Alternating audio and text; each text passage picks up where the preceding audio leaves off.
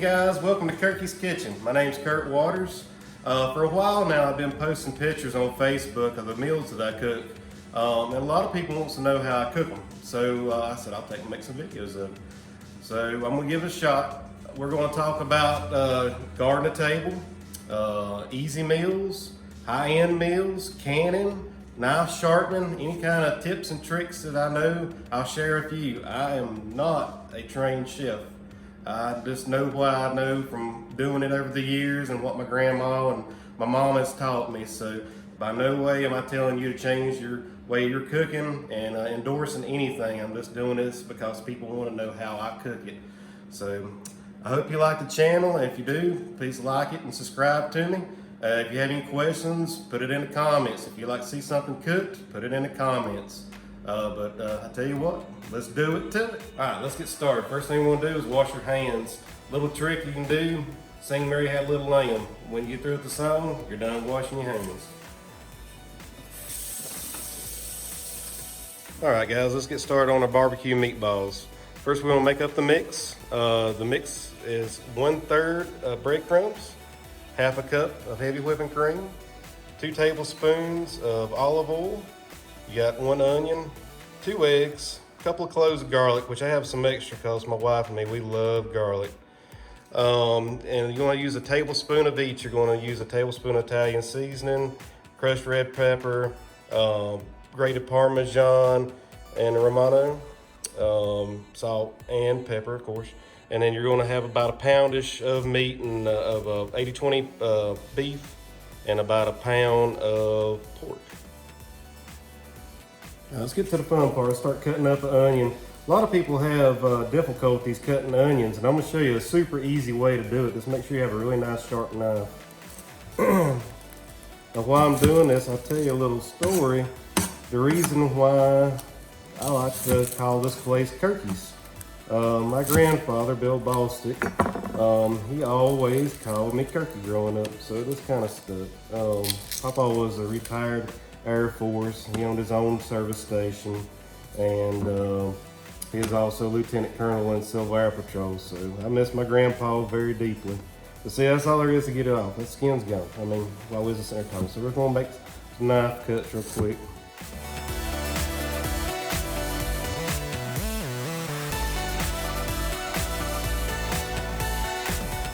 All right, once you get your onion cut up, we're going to save the scraps. We save all of our vegetable scraps and put them in a bag. And what we do, we make stock and can it. We'll do either ham or chicken, or sometimes turkey if we have some turkey bones. And but that'll be another video where I show you how to make your own stock. And it's absolutely really good stock and so super easy to make. Okay, now we got our garlic here on the board. Let's go ahead and mince it up real good. I always put a flat side down and squeeze. I know that's a lot of garlic on here. Most people do one, but I can do a bunch because I got a bigger hand. All right, so we're just gonna start mincing them up.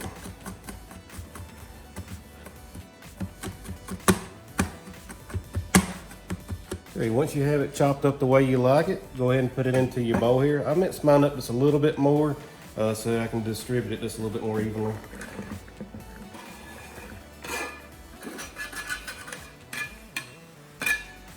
Now time for the high-end thing. These are frozen ramps. We actually grow them here at the house. This is a pretty high-end commodity whenever you're not in North Carolina. A lot of cooks out in California love to use ramps, but around here we got them growing next to our pond and beside of our house. So we're gonna chop these up and put them into the bucket as well.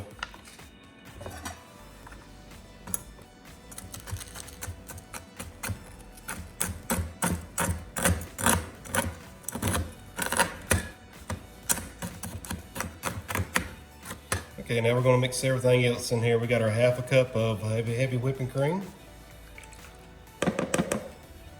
We got our spice blend of the Italian seasoning, crushed red pepper, pepper, salt. That's it on this one. We'll add that in there too. Oh, and the Parmesan and Romano as well.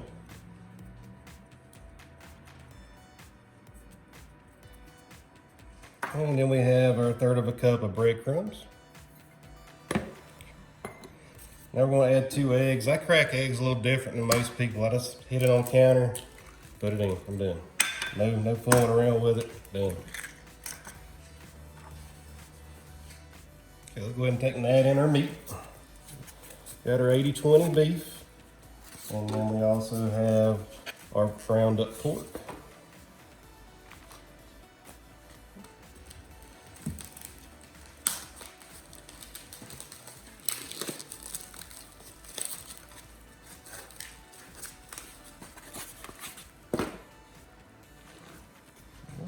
And we're just gonna mix it all up really good. You use your fingers like that, it's like a pitchfork. That way you don't over mix your product here.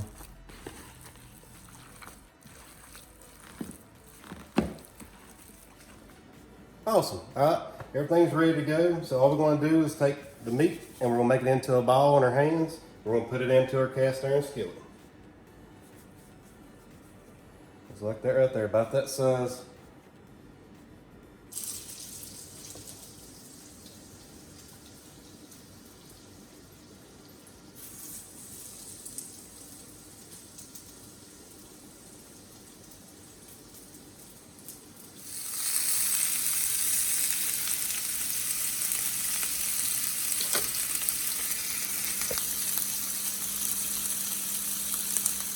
Once you flip them over and you get brown on both sides, let's go ahead and take them off. Like I say, you do not want to fully cook these because we'll be cooking them twice.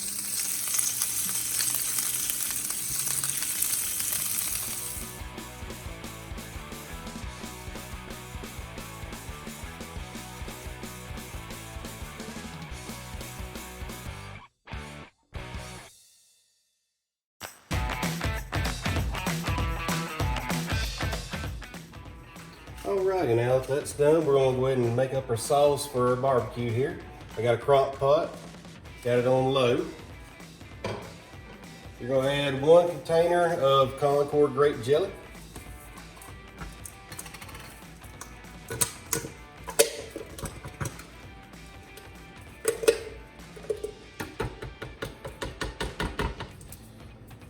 And 1 whole container of Sweet Baby Ray's or your favorite barbecue sauce, whatever that may be. I usually make my own barbecue sauce, but Sweet Baby Ray's seems to do very well for this recipe. So I don't kind of deviate off of it, I kind of stick with it, and it seems to be tried and true.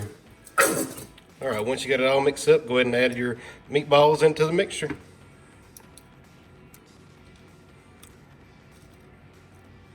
Alrighty, once everybody's in the pool, all you gotta do is put the lid back on it and let it go.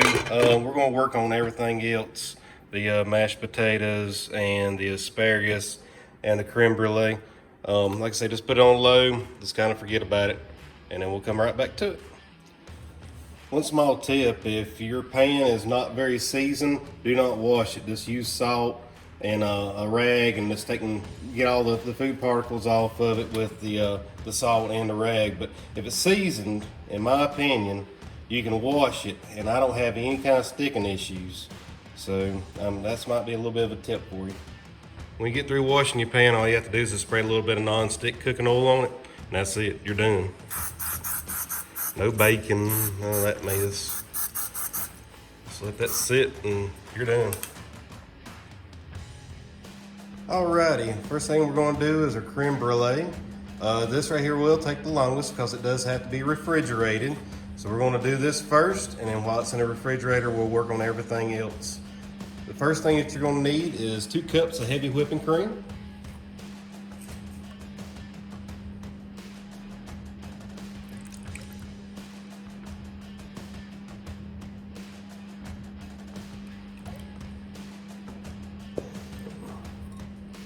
Cups of heavy whipping cream. You want just a dash of salt. And just a dash. Let's see. I don't like salt, so you might add more. We're going to use 1 teaspoon of vanilla as well. So, like that. Let me give that a stir real quick. Okay, once you get it on the stove, you want to start about medium heat on 1 burner. If it gets too warm, you need to turn it back down. You just want it really lukewarm when you touch it with your finger. We'll check it here in a second. Now while this is going, we need to take and get our eggs ready. Alright, as our heavy whipping cream and vanilla heat up on top of the stove, preset your oven to 325. To make the egg part of this dish, you're gonna need half a cup of sugar and 5 eggs. But the only thing you need on the egg is the yolk. So I'll show you how to take and separate the eggs.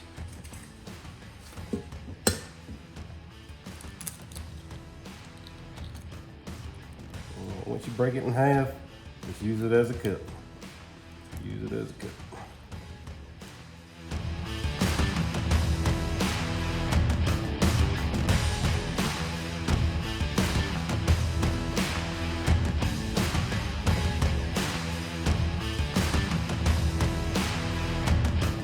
So on the egg whites, don't throw them away. I mean, you can use them. You can actually make a good meringue with this if you had a little bit of lemon flavor. If you don't even want the lemon, you actually make a vanilla meringue. You make these little drops and put them in the oven, but we'll take and do that another day. But I'm definitely gonna save these for later use. All right, I put the half a cup of sugar in the stand mixer here, and I'm gonna add in the eggs gradually. If you don't have a stand mixer, that's fine. You can use a whisk or a fork, whatever you need to use.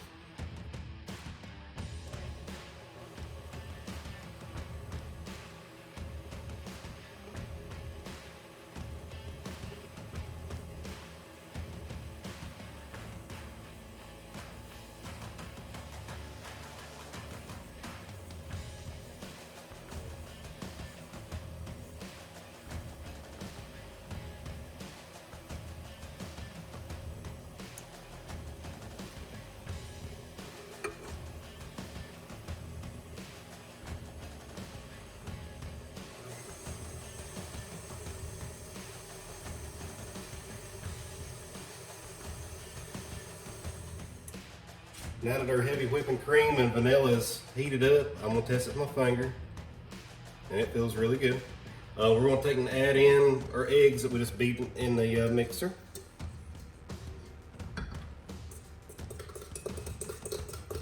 And the sugar.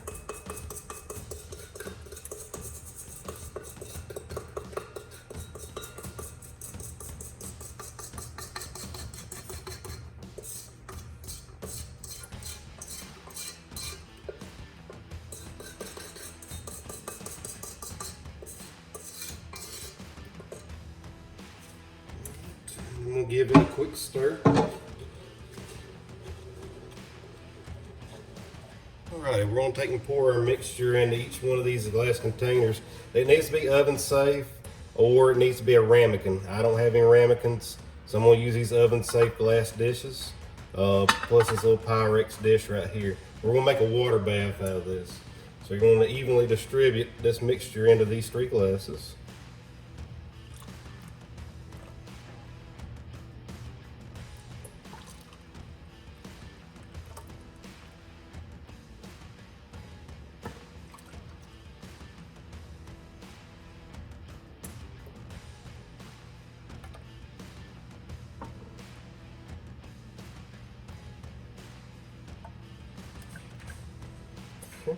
Once that's done, we're going to take and fill the baking sheet right here, the pan right here, with water.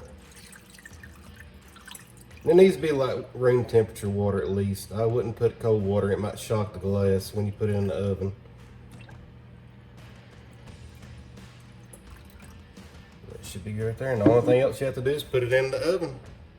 Alrighty, we have a convection oven, which means that fan in the back spins. It actually has a heater in it as well, so it evenly distributes the heat around. So it's going to vary from model to model, or whatever. These need to bake for 40 minutes, or until the center starts to get a little bit firm. When the timer goes off, take them out of the water bath and carefully put them into the freezer or refrigerator. Just don't put on the glass surface or it will crack it. Okay, so the meatballs are in the crock pot and your creme brulee is in the freezer. We're gonna start working on the sides. The first one's gonna be mashed potatoes, so this is how I do mine. I have a pot of water. I'm gonna add just a little bit of salt to it. What you're looking for is almost a taste of like ocean water. I know everybody's went to the ocean and has accidentally got a mouth full of water at one point in time. So you wanna taste it and see how it tastes. You want it to taste exactly like salt water. And it does. So that's good and done right there. So now all you have to do is cut up your potatoes and put it into your water. I'll show you kind of how I do my potatoes.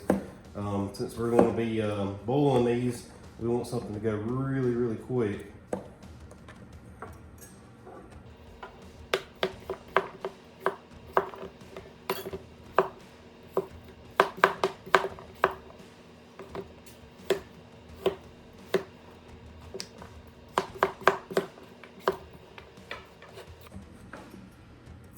You want to be pretty uniform as well, that way they all cook at the same time. You're going to have some small stuff in there. Alright, that's it. Potatoes are done.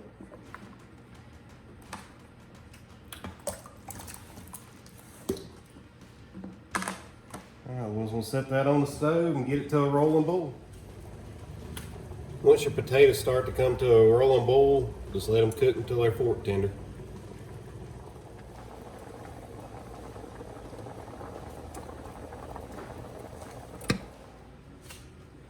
Once you get through boiling your potatoes, go ahead and take and strain them and then put them in a bowl.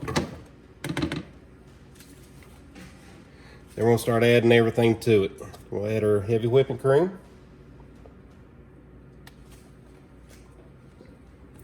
A little bit of salt.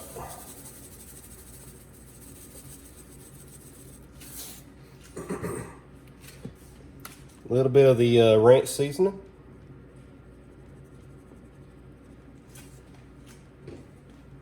A little bit of pepper. Like I say, it's gonna differ from people to people, person to person. I like it like this. Like I say, you might like it some other way. About half a stick of butter. You want it really buttery.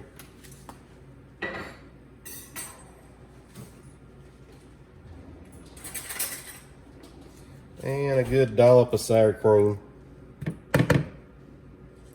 Maybe two.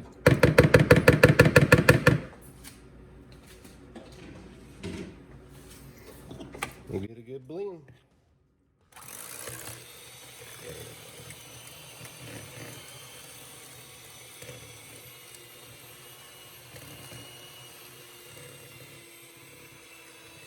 All right, and give it a taste.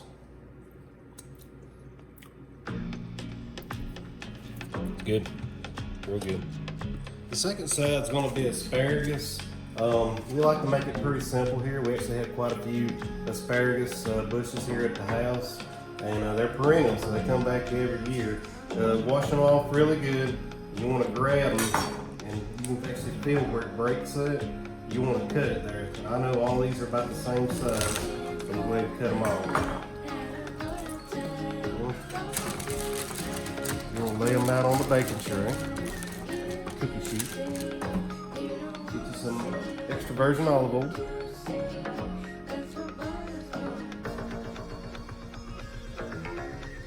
Do them pretty good, you know. I use roasted garlic powder, onion powder,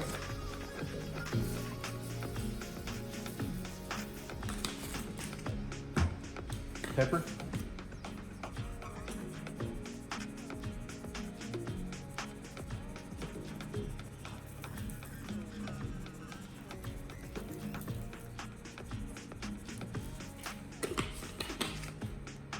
just a little bit of salt.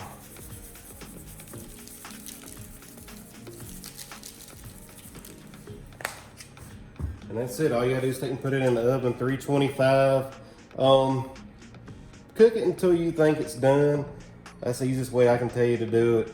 Just take and grab it. If it starts to bend and bend and bend, get really weak in the center and just get really flimsy, then it's too far gone. You still want a little bit crunchy.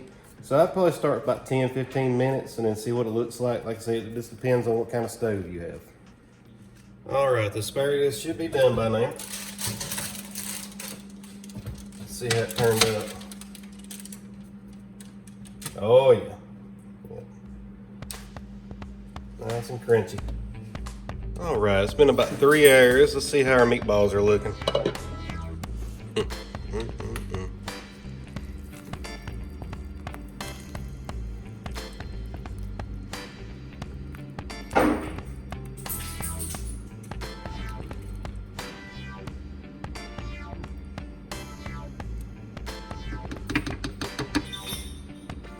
All right, I got the creme brulee out of the freezer. It's been in there for about 30 minutes maybe.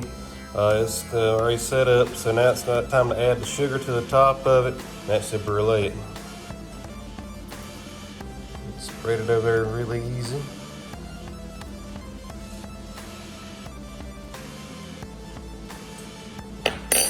Alright, you don't have to have a blowtorch. You can actually take and use the broiler in your stove, but since I have a blowtorch, I'm just going to use it. And all you want to do is just melt this sugar and make a crust.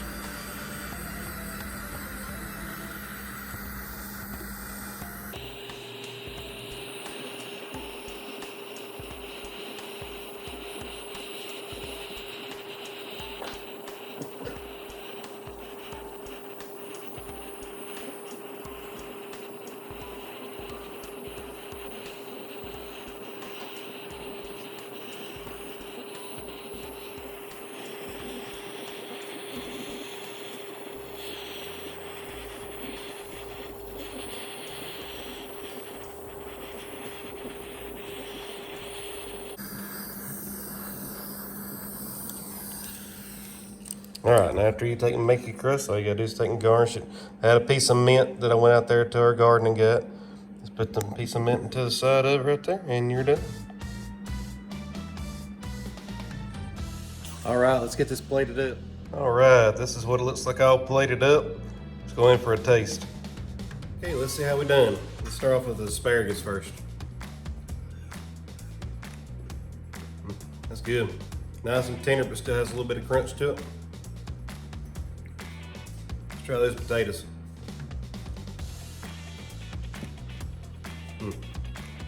That's real good too.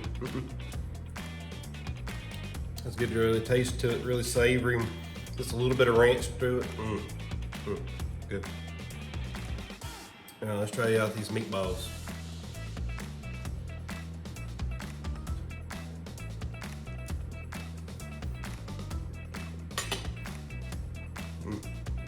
That was a good meatball.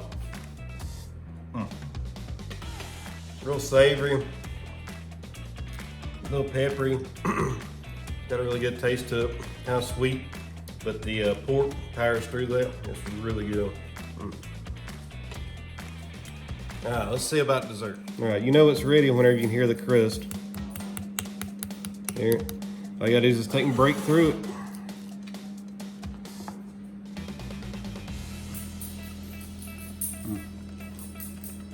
That was really good. Really good. Nice and creamy. It's almost like an egg custard. Guys, I hope you enjoyed the video. If you did, let me know. Hit the like button, hit the subscribe button. If you have any comments, let me know as well. Or if you have any kind of ideas for our next show, do it so as well. But I hope you guys have a great day, and we'll talk to you later. Thank you.